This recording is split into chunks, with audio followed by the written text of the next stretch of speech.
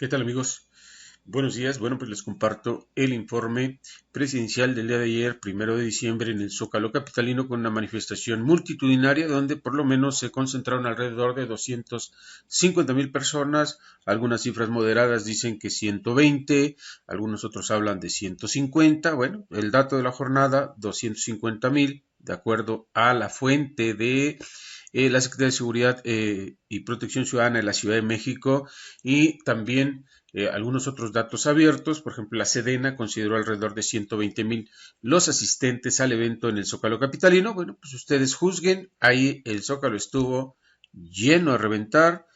Algunas zonas de sombra que no parecen ser cuantificadas, pero que sí cuentan algunos miles, sobre todo en los portales de la Jefatura de Gobierno y el Palacio de las Ajaracas y las bocacalles de, sobre todo, 20 de noviembre. Ahí se los dejo. Saludos, que tengan un espléndido día. Es el informe de gobierno de Andrés Manuel López Obrador, el primero de... Ya restan 5 nada más. Sí, saludos para todos.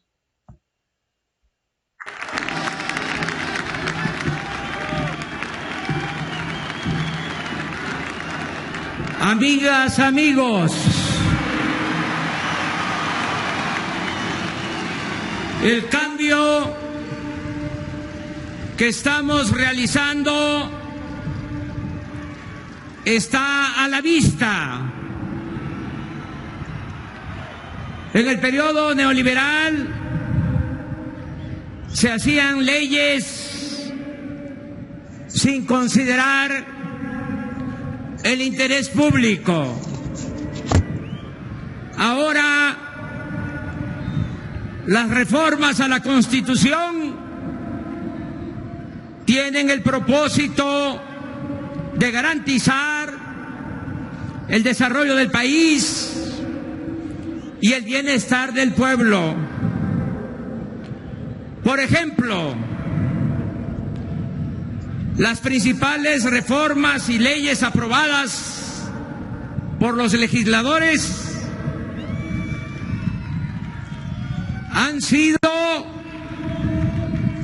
las del combate a la corrupción, la ley de austeridad republicana,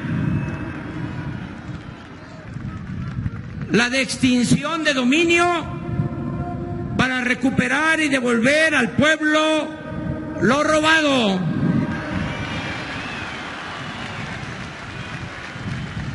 la reforma al artículo 28 de la Constitución para prohibir la devolución de impuestos,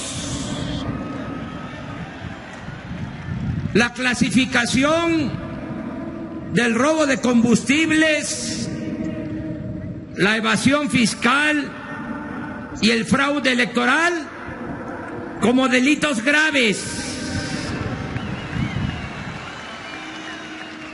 la eliminación del fuero al presidente para que pueda ser juzgado en funciones por cualquier delito, la revocación de mandato, la consulta popular, la nueva ley laboral que garantiza el voto libre, secreto y directo en los sindicatos, la ley de salud para garantizar a todos los mexicanos la atención médica y los medicamentos gratuitos, la cancelación de la mal llamada reforma educativa, así como la reforma a la Constitución que permite a elementos del Ejército y la Marina participar en tareas de seguridad pública e instituye la Guardia Nacional. Además, he enviado al Congreso una reforma para elevar a rango constitucional el derecho a las pensiones de adultos mayores y de personas con discapacidad, así como las becas a estudiantes pobres en todos los niveles de escolaridad.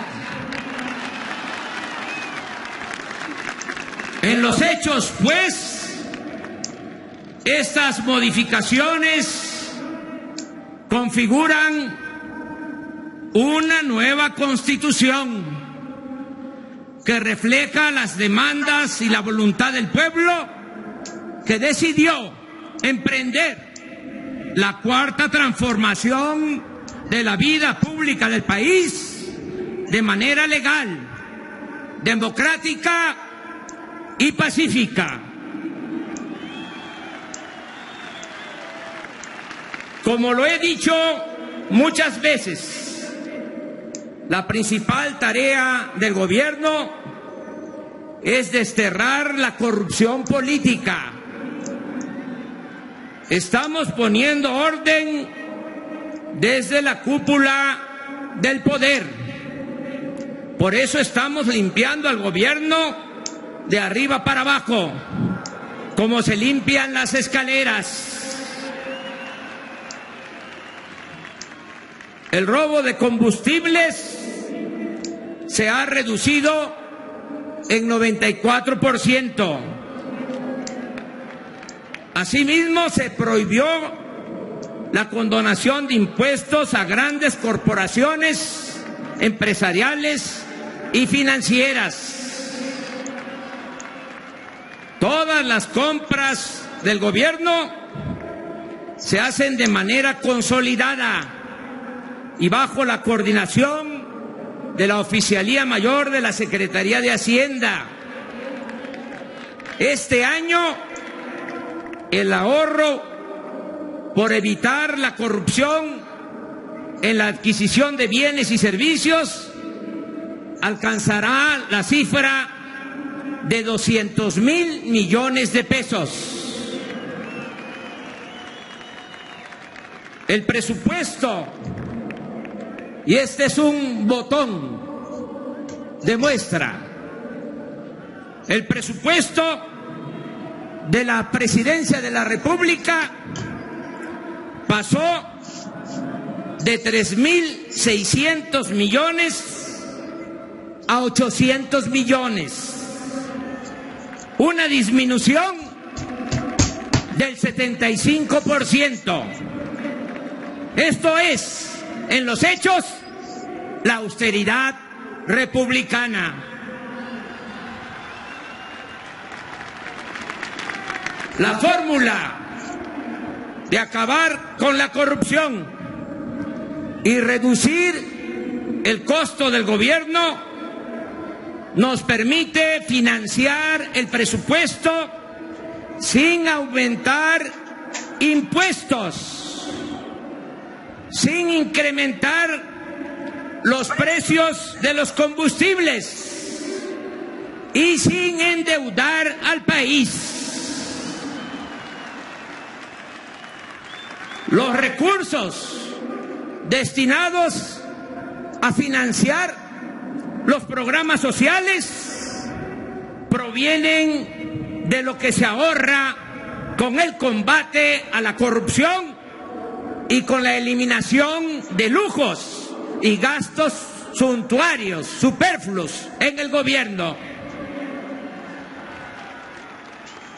Estamos aplicando una nueva política productiva para apoyar la economía popular, fortalecer el mercado interno, impulsar proyectos para el desarrollo regional, fomentar la participación de la iniciativa privada e intensificar la captación de inversión extranjera. Para fortalecer la economía popular, hemos priorizado la recuperación del campo. Se ha entregado en forma directa apoyos económicos para la siembra a 2.109.000 ejidatarios, comuneros y pequeños propietarios. Esto incluye a integrantes de comunidades indígenas y a cultivadores de caña y de café. Se inició el programa de crédito ganadero a la palabra en beneficio de 7.734 productores. Este año el programa Sembrando Vida se aplica en 575.000 hectáreas y ha permitido generar 230.000 empleos permanentes. El año próximo se extenderá a más de 1 millón de hectáreas y 430.000 empleos. El sembrador que cultiva su propia parcela recibe un apoyo de 5,000 pesos mensuales. Así arraigamos a los campesinos jóvenes a la tierra. Reducimos la migración. Vamos a producir madera, frutas y alimentos. Rehabilitamos la selva, el bosque, y rescatamos y protegemos la flora y la fauna nativa. En fin, se siembra vida. Estamos evitando además la sobreexplotación de los mantos acuíferos e impulsando el crecimiento poblacional y las actividades productivas hacia el sureste, donde se encuentra el 70% del agua del país. Se prohibió el empleo de semillas de maíz transgénico y la explotación de hidrocarburos con la práctica del fracking. Hemos apoyado a pescadores mediante la simplificación de trámites para obtener permisos con reglas de sustentabilidad y les estamos otorgando ayuda económica de manera directa.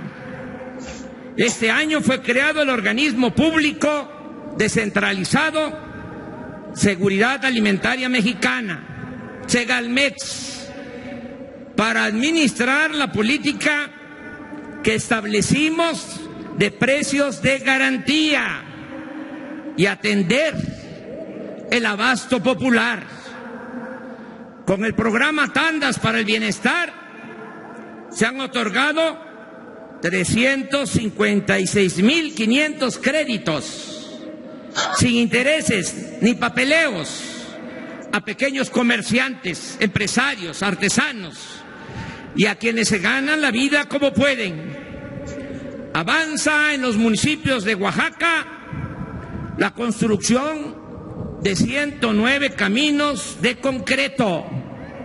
Nosotros entregamos los recursos a las autoridades de usos y costumbres.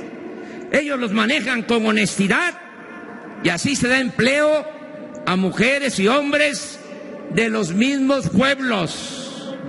Con estas pequeñas pero importantes obras se aminora la migración y se fortalece la vida familiar y comunitaria. Debe reconocerse que un factor principal, que se oiga bien y que se oiga lejos, un factor principal para el fortalecimiento de la economía promovida desde abajo con la gente y para la gente ha sido la aportación de nuestros héroes vivientes, los migrantes mexicanos, quienes en los primeros 9 meses de este año enviaron remesas a sus familiares por $26,980 millones, el monto más alto registrado en la historia. Por otra parte, buscamos fortalecer el mercado interno mediante una política de recuperación salarial y una estrategia de creación masiva de empleos productivos. En lo que va del año, se crearon, según datos del Instituto Mexicano del Seguro Social, 648,000 nuevos empleos, sin considerar los generados por los programas Sembrando Vida, Jóvenes Construyendo el Futuro, la construcción de caminos de mano de obra y otros que en conjunto superan el 1,000,000 de empleos adicionales. El salario mínimo aumentó en 16%, como no había ocurrido en 36 años de neoliberalismo. Según el IMSS, durante nuestro gobierno, el promedio del salario obtenido por sus 20,727,424 afiliados aumentó a 11,352 pesos mensuales. Tenemos finanzas públicas sanas. De enero a octubre, la recaudación de impuestos aumentó en 139,699 millones en comparación con el año pasado, es decir, 1.6% en términos reales. En octubre, la inflación anual fue de 3%, la más baja desde septiembre del 2016. Durante el tiempo que llevamos en el gobierno, el peso, nuestra moneda, el peso se ha fortalecido 4% con relación al dólar. Y la bolsa de valores se ha apreciado en 2%. Todavía no ha habido crecimiento económico como deseamos, pero existe una mejor distribución de la riqueza. El presupuesto público no se queda como era antes, en pocas manos, sino llega a la mayoría de la gente. Cumplimos un año de gobierno y, a diferencia de otros inicios de sexenio, no hemos devuelto o condonado impuestos a patrocinadores de campañas políticas.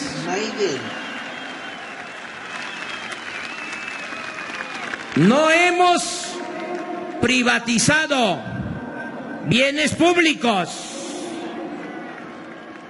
ni hemos declarado la guerra a nadie, solo a la corrupción y a la impunidad. Hemos cumplido rigurosamente con todos los compromisos financieros. Se han pagado sueldos, prestaciones, pensiones a trabajadores. Se han entregado las participaciones a estados y municipios en tiempo y forma. No hay demora en liquidar a proveedores. Además, hemos cumplido con reconocer y hacer frente a la enorme deuda que heredamos de $10.8 billones de pesos. Hasta ahora hemos pagado solo de intereses 454,000 millones de pesos. Hemos iniciado los estudios de ingeniería básica del Tren Maya, que están en proceso y se terminarán el próximo 13 de este mes para realizar la licitación de esta importante obra que beneficia a 5 estados del sureste de México: Quintana Roo, Yucatán, Campeche, Tabasco y Chiapas. Aclaro que el proyecto dependerá del resultado de la consulta que estamos haciendo en los municipios por donde pasará el nuevo ferrocarril. Sobre el desarrollo integral del Istmo, ya se trabaja en la ampliación del puerto de Salina Cruz y será lo mismo en el de Coatzacoalcos. También inició la modernización de las vías del tren de carga de contenedores que conectará el Océano Pacífico con el Atlántico. En esta franja estratégica de nuestro territorio se establecerá una zona libre o franca, es decir, se reducirán los impuestos y el precio de los energéticos para propiciar la instalación de parques industriales que generen empleos con buenos salarios.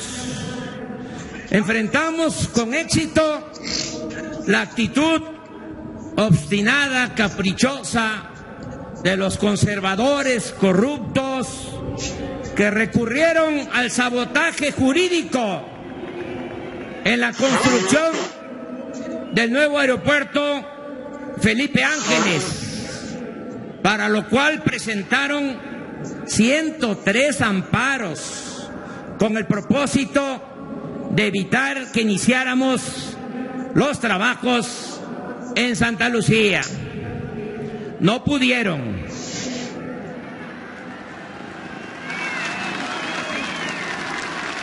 Se impuso la razón y el derecho y ya comenzó esa importante obra. Los ingenieros militares me han asegurado que inauguraremos el nuevo aeropuerto internacional de la Ciudad de México el 21 de marzo de 2022.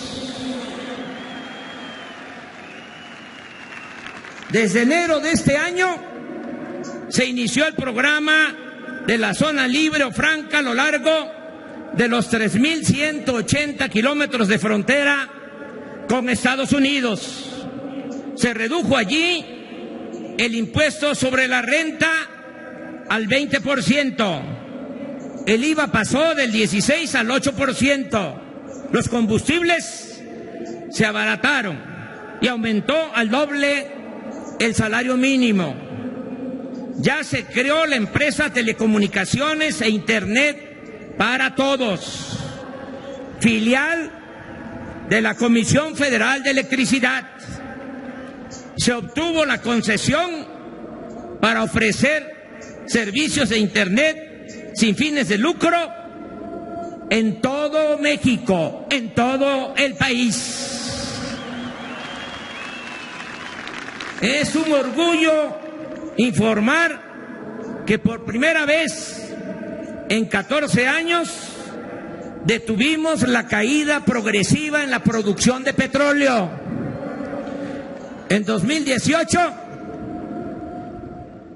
la caída en la producción de petróleo fue equivalente a 200,000 barriles diarios. Y en lo que va de este gobierno, no solo no hemos perdido producción, sino que a finales de este mes de diciembre estaremos extrayendo 50,000 barriles diarios adicionales. Se están rehabilitando las 6 refinerías del país, cuya producción pasó del 32 al 40% de su capacidad. Ya se comenzó a construir la nueva refinería de Dos Bocas, Paraíso, Tabasco.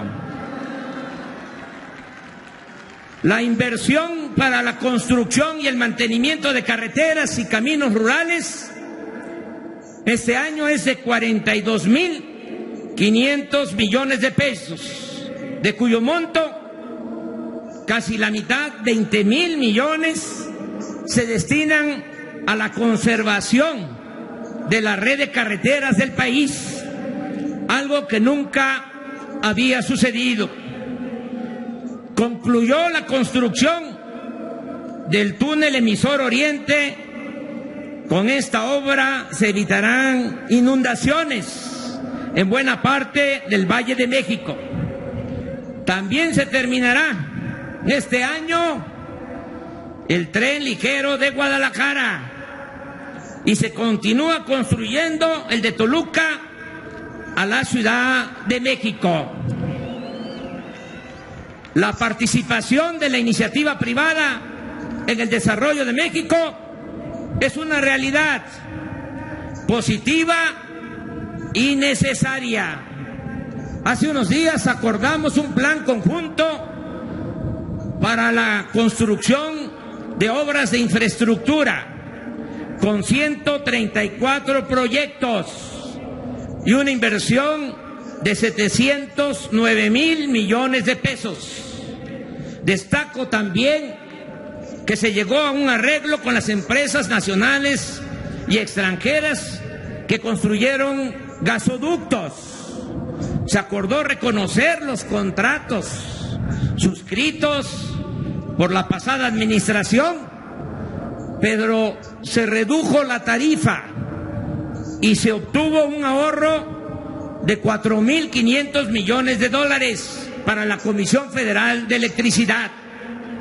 Con este arreglo también queda garantizado para los próximos 20 años el abasto de gas, materia prima fundamental para la generación de electricidad y para el desarrollo de México. En cuanto a la inversión extranjera, en los primeros 9 meses de este año se captaron 26.000 millones de dólares, la cifra más alta en la historia de nuestro país. De enero a octubre de 2019, nuestras exportaciones sumaron más de 384.000 millones de dólares, un incremento del 3% en relación con el mismo periodo del año pasado. Este año el turismo ha crecido más que en 2018. De enero a septiembre llegaron 32 millones de turistas internacionales, 7.6% más que en el mismo periodo del año pasado, con una derrama económica de 18.562 millones de dólares, 11.3% más que antes. Quiero destacar la eficaz y oportuna intervención de la Secretaría de Marina para mantener libres de sargazo nuestras playas en el Caribe. Agrego que ya somos el principal socio comercial de Estados Unidos y considero que el nuevo tratado comercial será pronto, muy pronto, aprobado, más temprano que tarde, en los congresos de ese país y de Canadá. Estamos comprometidos, sobre todo, en lograr un objetivo superior: el bienestar general de la población,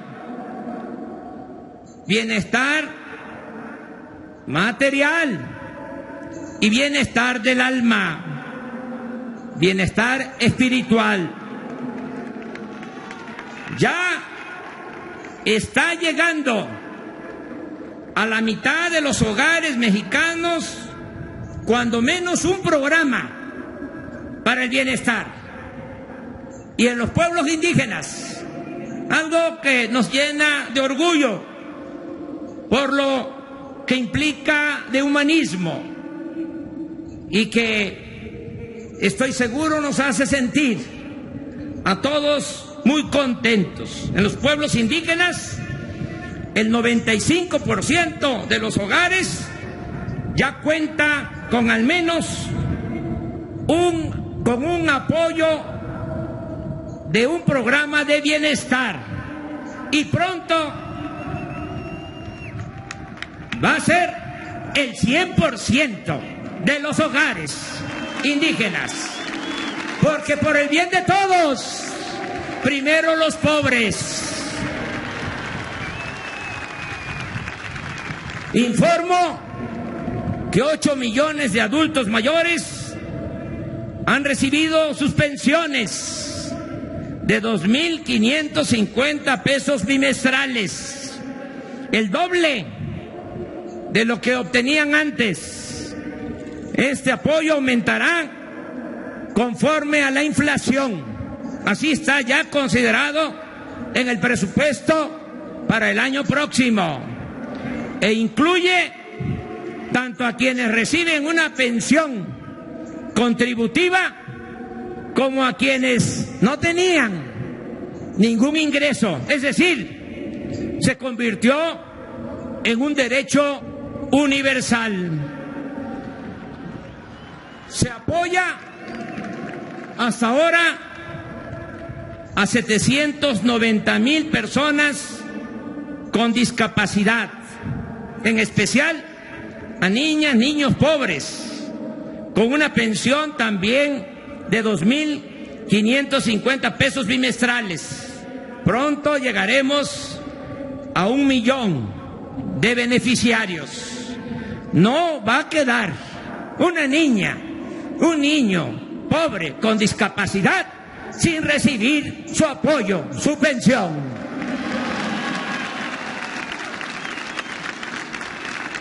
Se otorgan becas de 1.600 pesos bimestrales a estudiantes pobres de preescolar, primaria y secundaria. En el caso de estudiantes de preparatoria, el apoyo es para todos, es universal. Se otorga a todos los adolescentes de 15 a 18 años en promedio. Les quiero compartir esta experiencia del ciclo anterior a este nuevo ciclo escolar. Aumentó la matrícula en el nivel medio superior en 20%. Se inscribieron más estudiantes este año. Bajó la deserción. Y en algo ha ayudado lo de la beca universal. Voy a los pueblos y me dicen los jóvenes, ¿y la beca? ¿Y la beca? Pues va a haber becas para todos los estudiantes. Es 1 millón de veces mejor tener a los jóvenes estudiando que tenerlos en la calle. Además, la educación no es un privilegio, es un derecho del pueblo.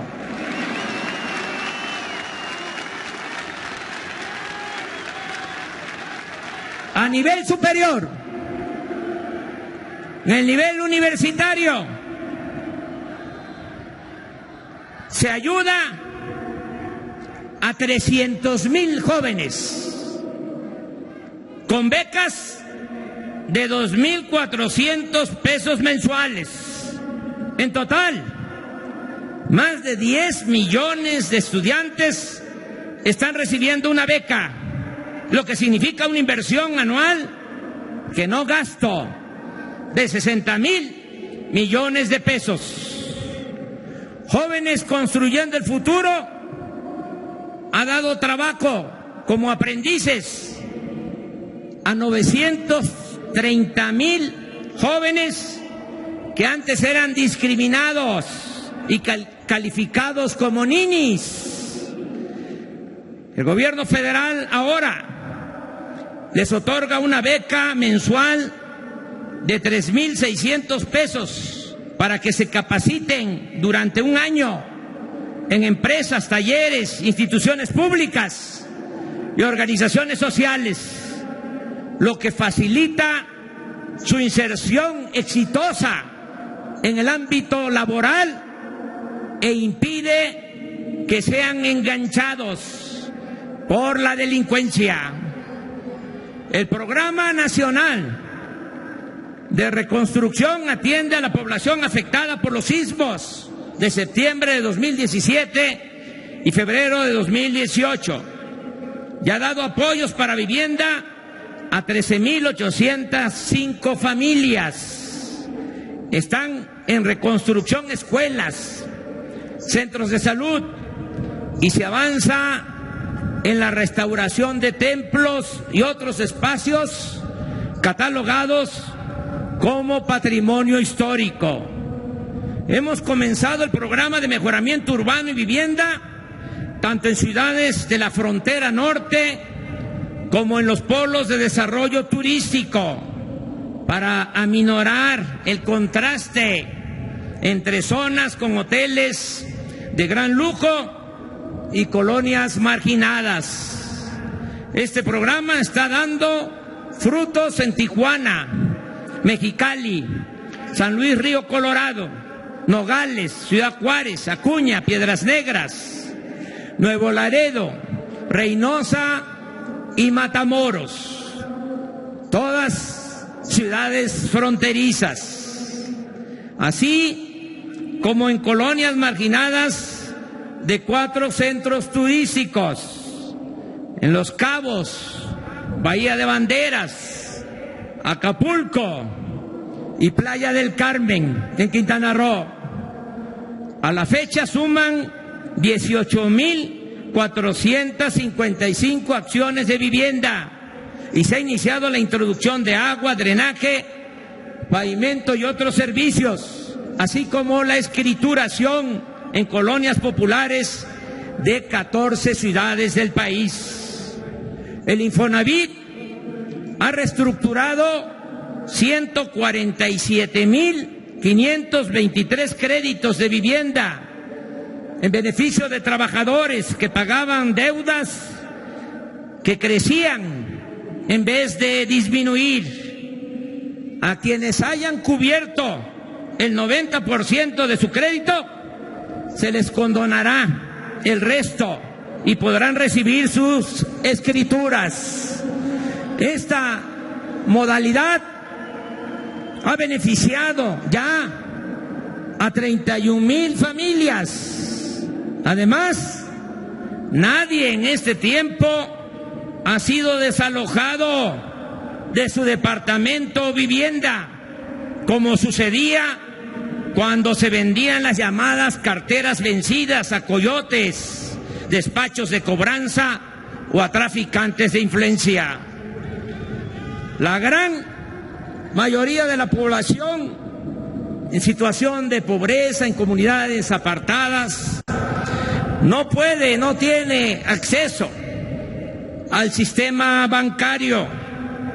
Para remediar esta situación, el gobierno federal ha creado el Banco del Bienestar, cuyo propósito principal es dispersar recursos con tarjetas a beneficiarios de todos los programas sociales.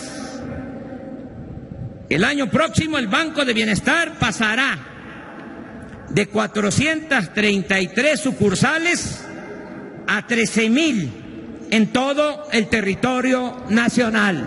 Será el banco con la más amplia y mejor infraestructura en todo México. Estas oficinas funcionarán en centros integradores ubicados en localidades de mayor población para atender en estas 13,000 comunidades, 13,000 centros integradores. Se va a atender a 180,000 comunidades del país de menos de 2,500 habitantes. En el sexenio pasado se impuso la mal llamada reforma educativa, que generó un enconado conflicto social y derivó en acciones represivas injustificables. Nuestro gobierno se comprometió a mejorar la calidad de la enseñanza y las condiciones materiales de las escuelas del país, a garantizar el acceso de todos los jóvenes a la educación y a revertir la mal llamada reforma educativa, esa adulteración legislativa.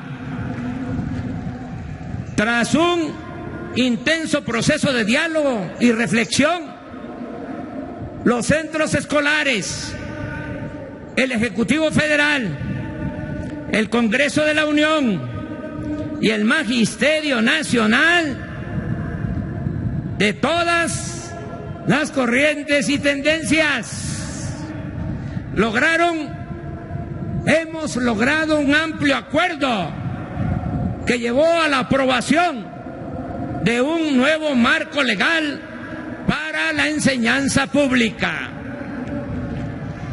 Lo logramos con diálogo, sin represión, convenciendo, persuadiendo.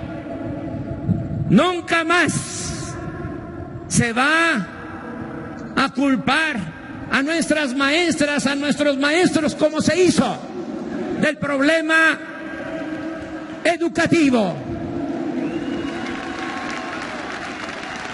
Todos juntos, alumnos, madres, padres de familia, maestros y autoridades, vamos a mejorar la calidad de la enseñanza y va a mejorar la educación en nuestro país.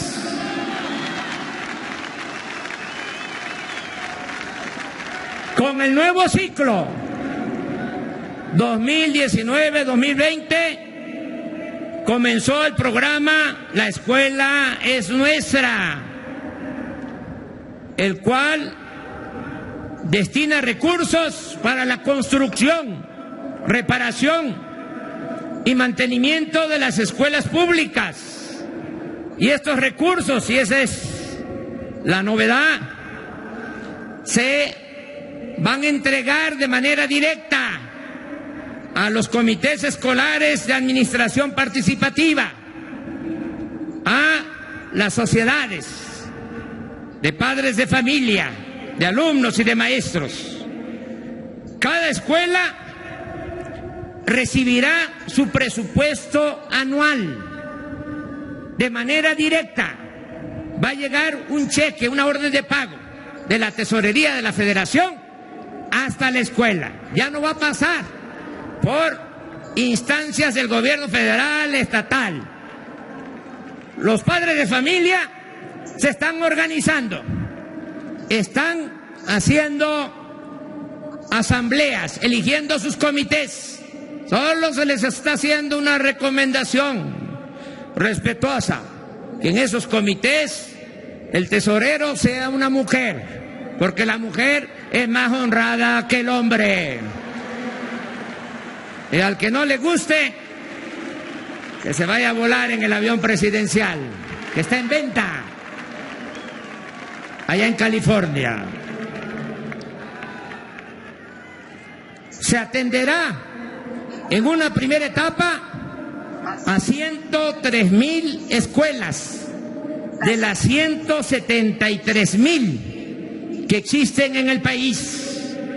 El monto de recursos por escuela se definió de la siguiente forma: de 5 a 50 alumnos, 150,000 pesos por ciclo escolar. De 51 a 150 alumnos, 200,000 pesos. Más de 150 alumnos, 500,000 pesos. El presupuesto inicial para este programa es de 21,000 millones de pesos. Y estamos acordando con los gobiernos estatales que aporten la mitad. La mayoría, lo tengo que decir, ha respondido muy bien. Y el primero en aceptar fue el gobernador de Puebla, Miguel Barbosa. Ya inició en todo el país la entrega de estos recursos. Ya se han dispersado recursos en 14,000 escuelas, a 14,000 comités, y no va a parar cada mes hasta llegar a la primera etapa, las 103,000 escuelas. Está funcionando la estrategia para el rescate de la memoria histórica y el fomento a la lectura. El Fondo de Cultura Económica ha editado 29 libros de grandes escritores en la colección Vientos del Pueblo, con tirajes de 40,000 ejemplares, llegando a un total de 1,160,000 ejemplares. Dichos libros se venden a precios accesibles, que van de 9 a 20 pesos. Asimismo, se reimprimieron 8,500,000 ejemplares de la cartilla moral de Alfonso Reyes. Avanzamos en apoyar con recursos a universidades y centros públicos de investigación. Este año el CONACYT ha destinado 2,253 millones de pesos a ciencia básica o de frontera. Además, se otorgaron 24,453 becas nuevas a estudiantes de posgrado. Lo voy a repetir, porque a veces no se conoce esta información. Se otorgaron este año 24,453 becas nuevas a estudiantes de posgrado. Las universidades para el bienestar Benito Juárez iniciaron sus actividades en marzo de este año, con 100 planteles ubicados casi todos en las zonas más pobres y marginadas del país. En estas universidades en conjunto se atiende a 39,600 estudiantes de zonas marginadas, quienes reciben además becas de 2,400 pesos mensuales. En estas universidades, asimismo, laboran 815 académicos y trabajadores administrativos. En enero próximo iniciará su funcionamiento la Universidad de la Salud para la formación de médicos y enfermeras, promovida esta universidad por el gobierno de la Ciudad de México. Aquí quiero compartir con ustedes este asunto.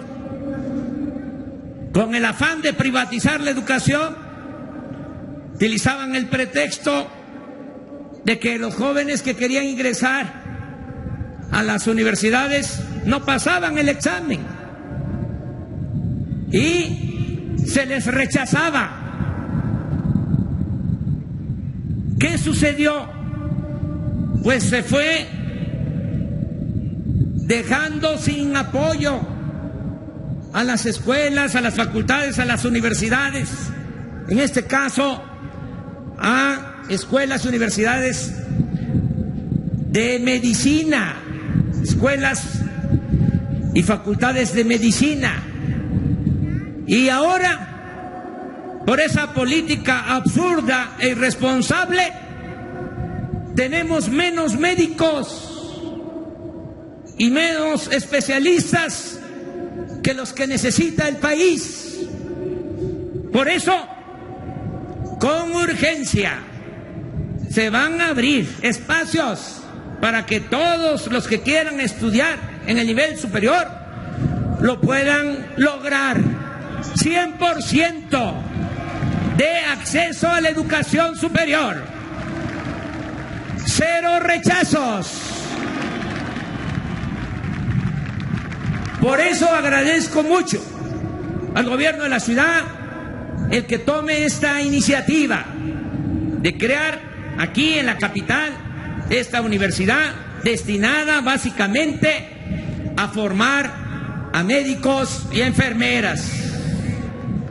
La apertura al pueblo de lo que era la residencia oficial de Los Pinos ha permitido que 2.800.000 personas visiten esta antigua mansión presidencial.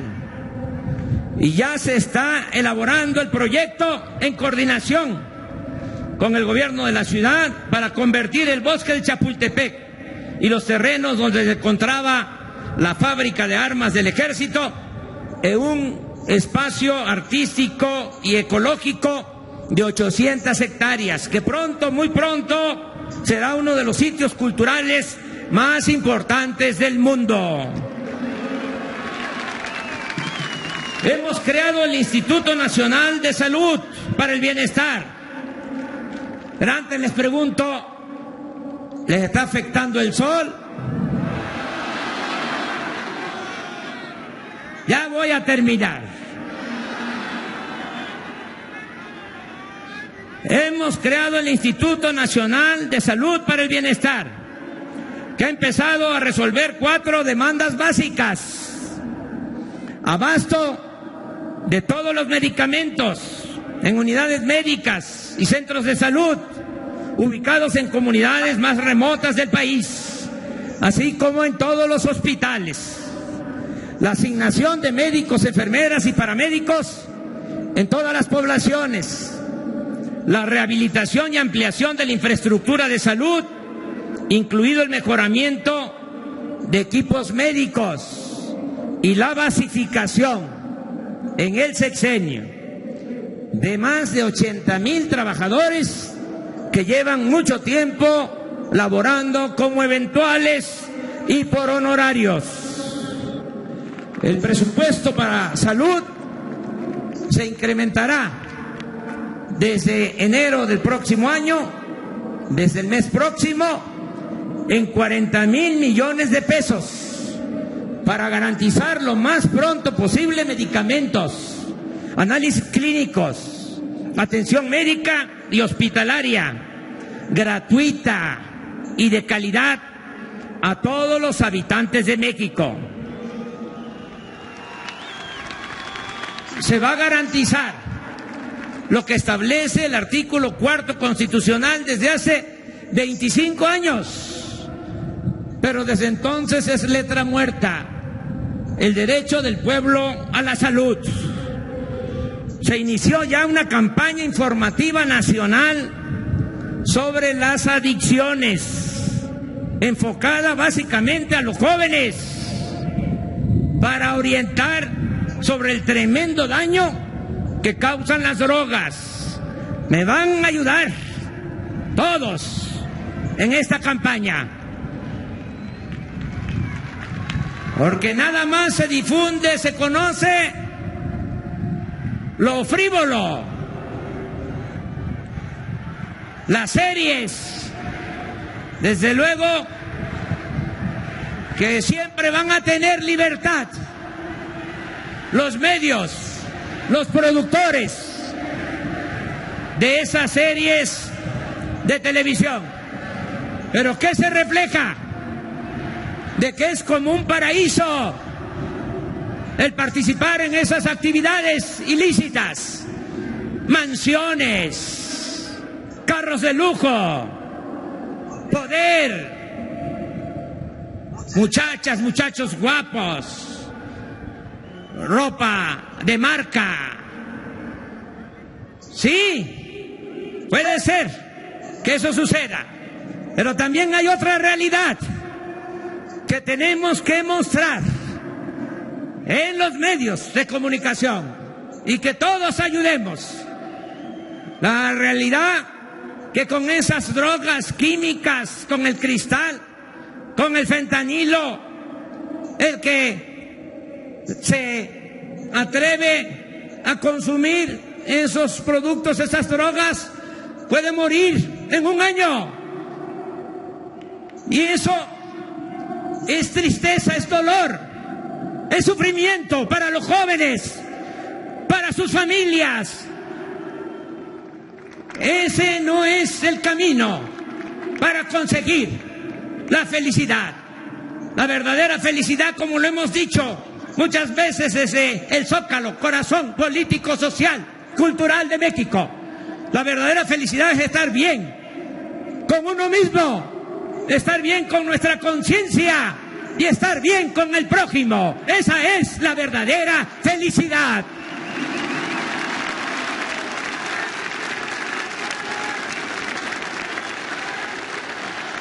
¿Me van a ayudar a la campaña? Porque si reducimos, bajamos el consumo de droga, vamos a poder resolver el grave problema de la inseguridad y de la violencia. Si no atendemos el consumo, va a ser más complicado. Por eso todos ayudar. Felicidad, vida sana, sí. Drogas, no.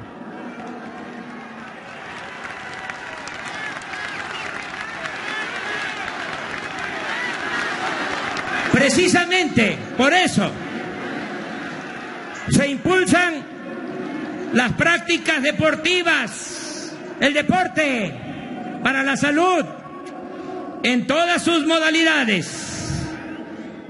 Aquí nada más destaco que la delegación de atletas que nos representó en los Juegos Panamericanos 2019 en Lima, Perú, en julio y agosto, logró el mayor número de medallas en competencia fuera de México. A los 546 atletas y a sus entrenadores se les otorgaron apoyos económicos por un año. Se les entregó apoyo por adelantado para que estén preparados para las Olimpiadas de Japón, que vamos a tener buenos resultados. Lo mismo hicimos con los atletas paralímpicos, quienes obtuvieron 55 medallas de oro, un récord histórico. Los recursos que se otorgan a los deportistas y a los pueblos más pobres de México se obtienen de la venta de bienes, muebles e inmuebles incautados a la delincuencia común y a la delincuencia de cuello blanco, y los entrega el recién creado Instituto para devolver al pueblo lo robado. El Ejecutivo Federal ha emprendido un cambio de paradigma de seguridad. Entre 2006 y 2018, los gobernantes pretendieron resolver la inseguridad y la violencia delictiva mediante acciones de fuerza militar y policial, sin atender el fondo del problema. El resultado fue catastrófico y esa estrategia dejó un saldo pavoroso de muertos, desaparecidos y lesionados, una crisis de derechos humanos, una descomposición institucional sin precedente y un gravísimo daño al tejido social. El país padece aún las consecuencias de esa política equivocada. No debe olvidarse porque a veces hay como amnesia en algunos. No debe olvidarse que el 2 de febrero de 2007, Felipe Calderón, para tratar de legitimarse luego del fraude electoral, ordenó desde Apatzingán, Michoacán, la participación de las Fuerzas Armadas en lo que denominó guerra contra el narcotráfico. Esta irresponsable decisión condujo a soldados y marinos a una lucha frontal contra la delincuencia organizada, bajo la consigna de limpiar como fuera, con ajusticiamientos, masacres o exterminio. En el alto mando militar se decía, en ese entonces, se les decía a los oficiales: ustedes acábenlos y nosotros nos encargamos de los derechos humanos. La mejor prueba de este proceder autoritario es que ese sexenio ostenta la mayor letalidad en combate desde la Revolución Mexicana. Ese indicador se obtiene del promedio de presuntos delincuentes muertos o rematados en enfrentamientos, comparado con los heridos y detenidos presentados por las fuerzas militares ante la autoridad. En solo 2 años del gobierno de Calderón, 2011-2012, se registraron 1,898 enfrentamientos, en los que murieron 2,459 personas. Resultaron heridos 231 y fueron detenidos 1,519. O sea, 709 muertos más que el número de heridos y detenidos. Asimismo, en los 3 últimos años del gobierno de Calderón, 2010-2012, los militares y navales fallecidos en enfrentamiento fueron 154 en 3 años, un promedio de 51 por año, mientras en 12 meses de nuestro gobierno solo lamentamos que hayan perdido la vida 15 miembros de las Fuerzas Armadas. Aunque los datos hablan por sí solos, es obvio que esta absurda y desquiciada estrategia no se repetirá y que nunca más se pondrá en riesgo de manera irresponsable ni la vida ni el prestigio de los integrantes de las Fuerzas Armadas, y mucho menos se les utilizará para cometer excesos y ejecutar órdenes ilegales e inhumanas. La vigencia de la nueva política de seguridad se demostró con claridad ante la crisis de terror, miedo, que se vivió la tarde-noche del jueves 17 de octubre en Culiacán, Sinaloa, con motivo de la detención de Ovidio Guzmán, hijo de Joaquín Guzmán Loera. En esa verdadera prueba de fuego, en la que la delincuencia salió a la calle con armas de alto calibre y se vivió un alto riesgo, se prefirió detener el operativo y liberar al implicado para evitar una masacre en la que habrían perdido la vida centenares de personas, la mayoría civiles, gente inocente, según el cálculo que responsablemente hizo en su momento el alto mando de las Fuerzas Armadas. Podrán decir nuestros adversarios que demostramos debilidad, pero nada vale más que la vida de las personas.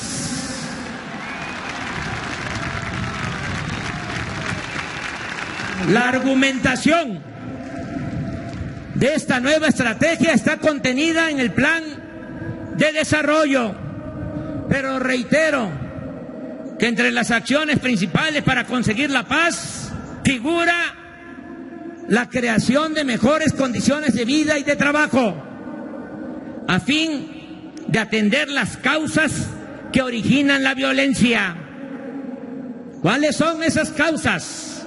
El desempleo, la pobreza, la marginación, la falta de espacios laborales y la falta de oportunidades para que los jóvenes tengan opciones de trabajo y de estudio.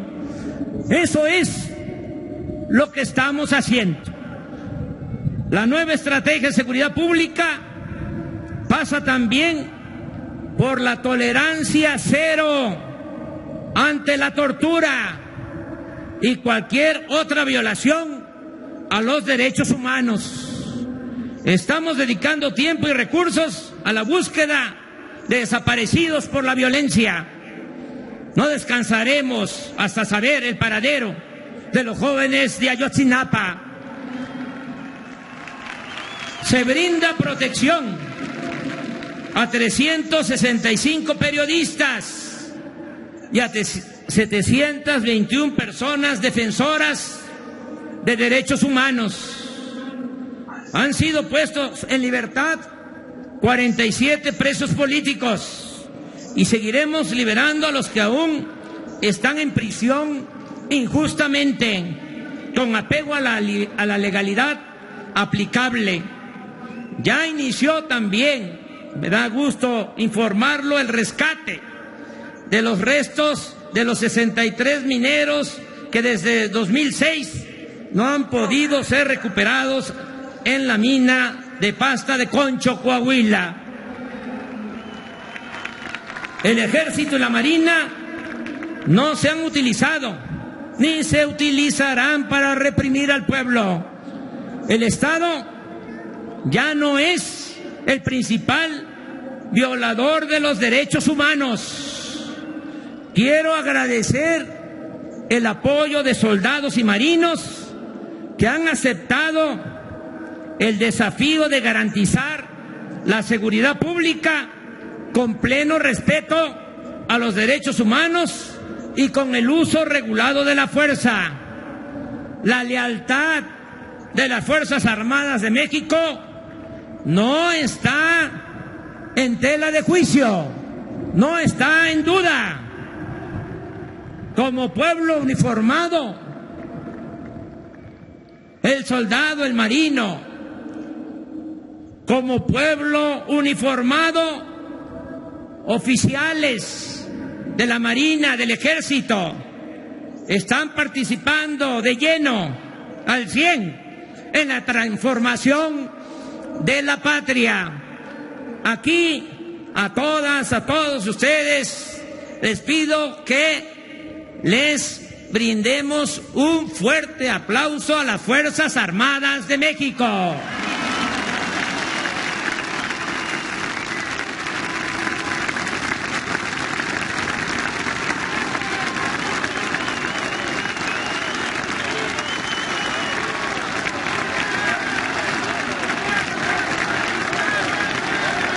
Reitero, la disminución de la incidencia delictiva en el país constituye nuestro principal desafío, pero estamos seguros de que vamos a serenar a México con el apoyo del pueblo y con el trabajo coordinado de todo el gobierno.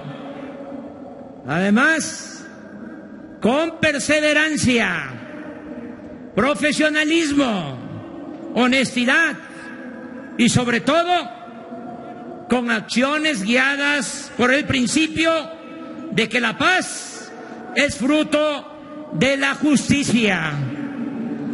El gobierno de México ofrece cooperación, amistad y respeto a todas las naciones del mundo y particularmente a los países hermanos de América Latina y el Caribe, con apego a nuestra ejemplar tradición de ofrecer refugio a perseguidos políticos del mundo, decidimos otorgar asilo humanitario y político al presidente de Bolivia, Evo Morales, y a su vicepresidente, Álvaro García Linera.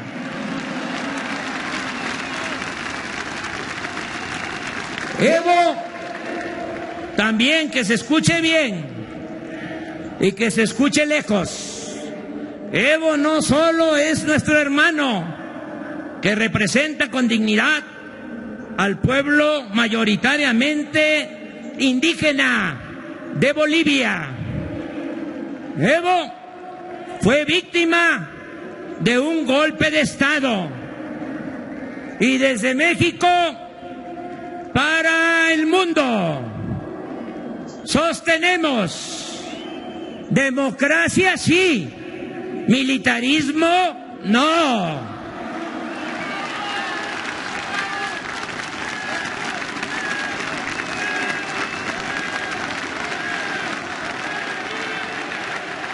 La pertenencia de México a la región de Norteamérica, junto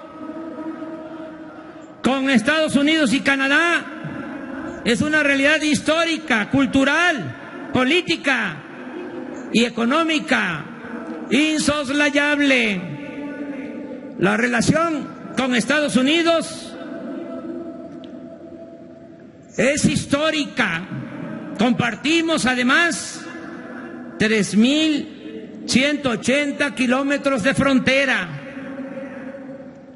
Esta relación está marcada por una historia de invasiones, despojo territorial e intervenciones, pero también por un intenso intercambio económico, cultural y demográfico.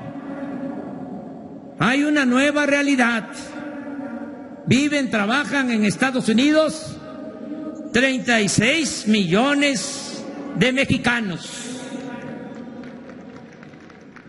Los nacidos aquí, que se fueron a buscarse la vida del otro lado de la frontera, o sus hijos, que también se asumen como mexicanos. El Ejecutivo Federal busca que la relación bilateral con Estados Unidos, con nuestro vecino del norte, se desarrolle con apego al respeto mutuo, la cooperación para el desarrollo y la solución negociada a problemas comunes, entre los cuales los más significativos son, sin duda, los fenómenos migratorios de sur a norte y las expresiones de la delincuencia transnacional, el tráfico de personas, el trasiego de armas, drogas ilícitas y divisas, dólares.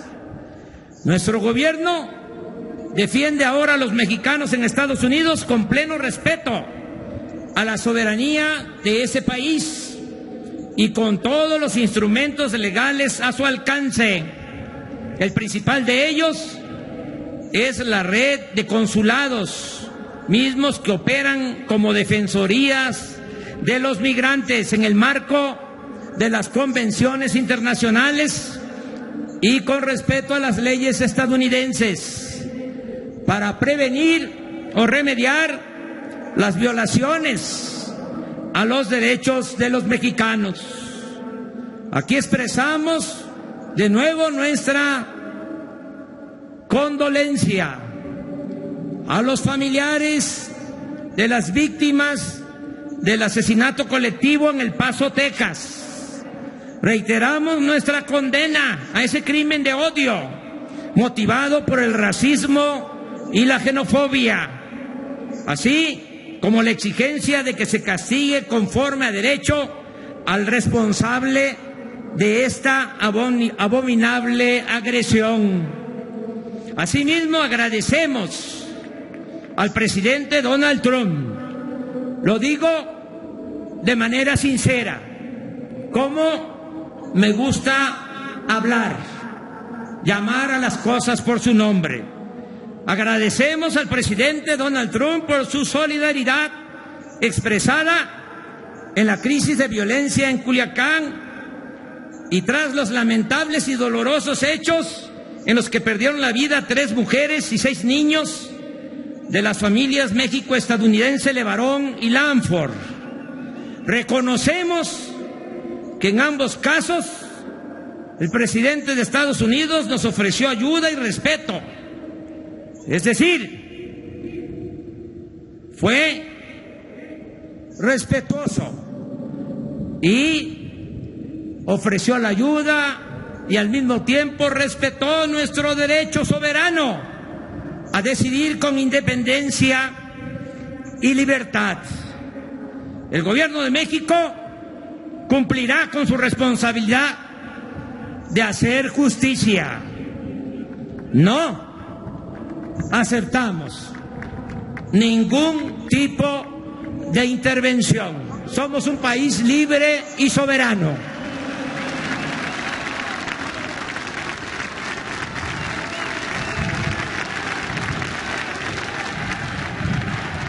En materia de política migratoria, hemos articulado un cambio radical con respecto a lo que se hizo en el pasado reciente.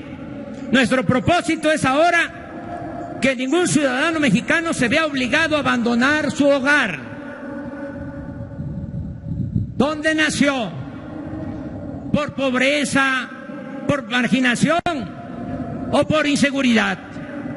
El Ejecutivo Federal ha buscado involucrar en esta solución a Estados Unidos y a los países hermanos de Centroamérica para participar juntos en la construcción de mecanismos de reactivación económica, bienestar y desarrollo, con el propósito de lograr que todas las personas puedan trabajar, estudiar, tener salud, bienestar, ser felices en donde nacieron, que la migración sea opcional y no forzada por el hambre o la violencia. Ahora ya, amigas y amigos, estoy terminando. Es el mensaje final. Amigas y amigos, cuando se trata, porque no creo que aplique en todos los casos, pero cuando se trata de buenos dirigentes, como decía José Martí, los años pasan madurando, no envejeciendo. Esto aplica para nuestro invitado especial, Pepe Mújica, expresidente de Uruguay.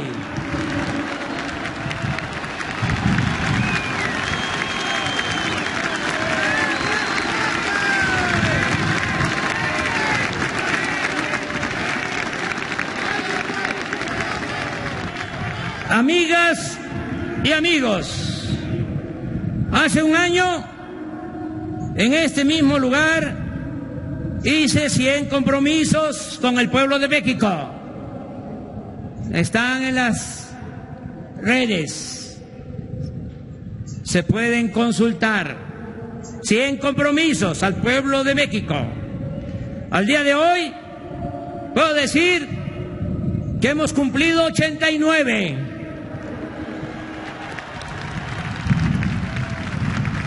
Y solo 11 están pendientes. Es indudable que en estos primeros 12 meses hemos avanzado mucho, pero aún estamos en un proceso de transición. Todavía lo viejo no acaba de morir y lo nuevo no termina de nacer. Eso sí, No estamos jugando, no estamos simulando. Está en marcha una nueva forma de hacer política,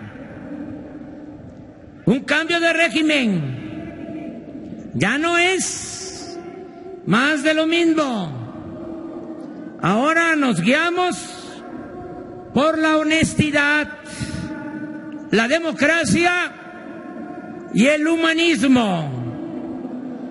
¿Cuánto tiempo necesitaremos para consolidar la obra de transformación? Pienso que un año más.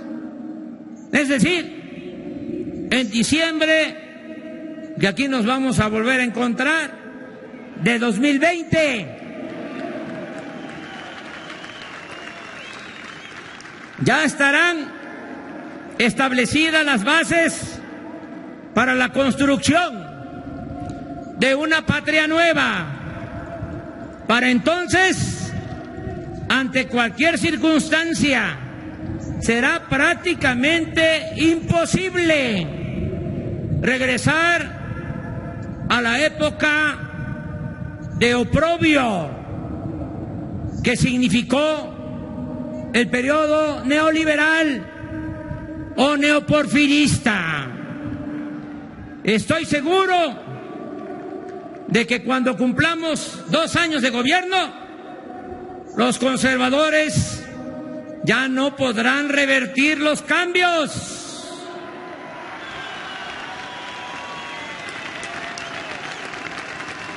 ¿Qué decía Juárez?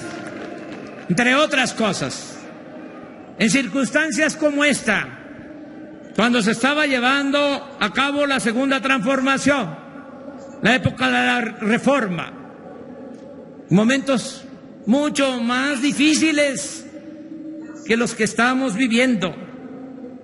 Decía Juárez, el triunfo de la reacción es moralmente imposible.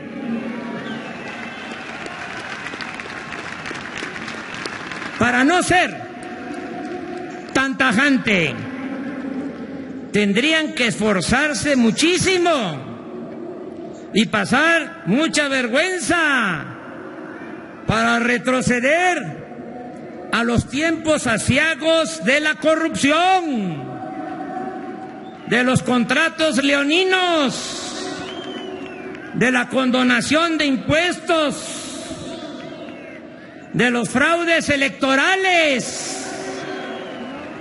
del abandono a los jóvenes, del racismo, del desprecio a los pobres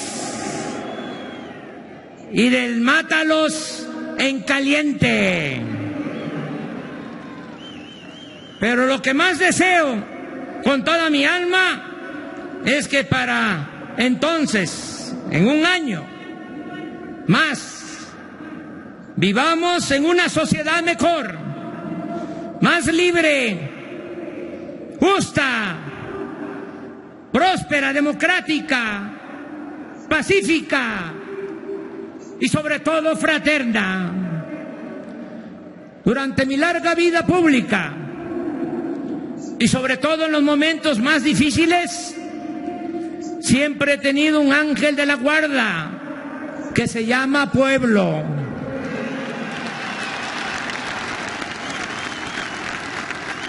Ustedes siempre me han apoyado y me han sacado a flote, porque el pueblo es mucha pieza. Al pueblo le debo todo lo que soy. Por eso lo seguiré escuchando, atendiendo, sirviendo, y nunca jamás lo traicionaré. Gracias por la protección y el apoyo que recibo de ustedes y de mucha gente. Yo solo soy un dirigente. El pueblo es el gran señor, el amo, el soberano, el gobernante, el que verdaderamente manda, gobierna y transforma. No olvido y siempre recuerdo lo que decía el presidente Benito Juárez con tanta profundidad y sencillez: con el pueblo todo, sin el pueblo nada. ¡Que viva la cuarta transformación! ¡Viva México! ¡Viva México! ¡Viva México! Se invita a los presentes a ponerse de pie para entonar nuestro himno nacional.